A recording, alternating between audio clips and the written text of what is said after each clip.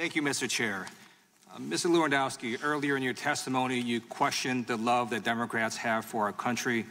I served on active duty in the United States military. Do not question my love of our country. I'm not going to question yours. We're all Americans. Now, earlier in your testimony, you had made a pretty stunning concession, which is that you had not read the Mueller report.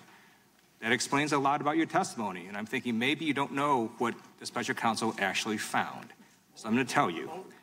Volume 1 of the Mueller report found that the Russians attacked American elections in a sweeping and systematic manner. It also found that the Trump campaign knew about the attack, that they gave internal polling data to the Russians, that they planned their campaign strategy around this attack. It's not just in the Mueller report, it's also in Robert Mueller's testimony under oath in front of the Intel Committee, as well as this committee.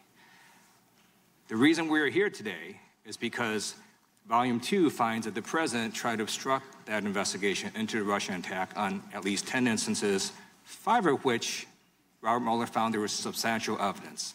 So I'm going to put up a slide about what the special counsel found about this particular incident in which you're involved. He found substantial evidence that the president's effort to have Sessions limit the scope of the special counsel's investigation to future election interference was intended to prevent further investigative scrutiny of the president's and his campaign's conduct. So that's why we're all here today. And I think it's important to look at the timeline to understand how this all unfolded.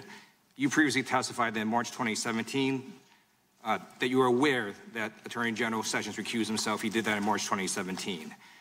I'm going to put up a slide about what the White House counsel's office had directed about communications with Sessions. It said that Sessions should not be contacted, no contact with Sessions, and no serious concerns about that instruction. Did you ever get that instruction from anyone not to contact Sessions at all?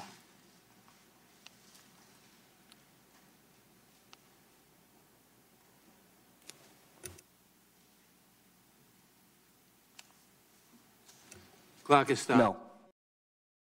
Okay, thank you. A few months later, on June 14, 2017, the media reports that the obstruction investigation, well, actually, that the Russian investigation turns into obstruction investigation into the president himself.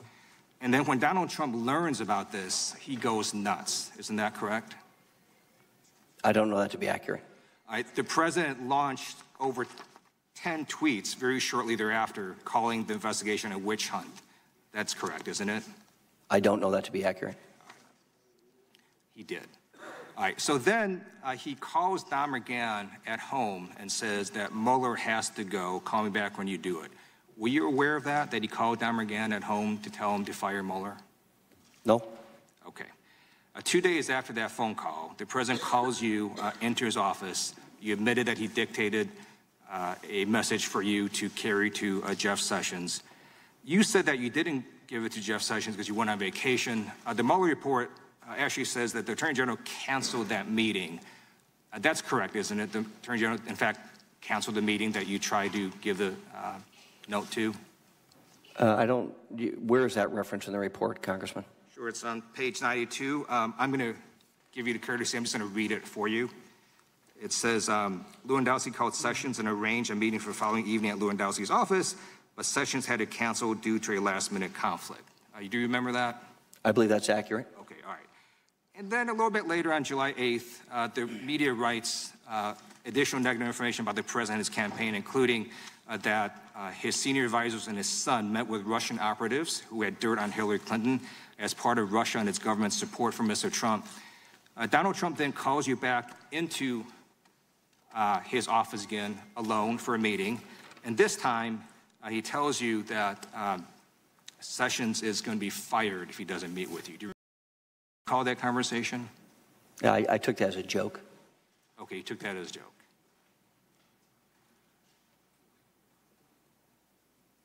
After that, the president goes on TV and he says, Sessions should have never recused himself, and if he was going to recuse himself, he should have told me before he took the job and I would have picked somebody else.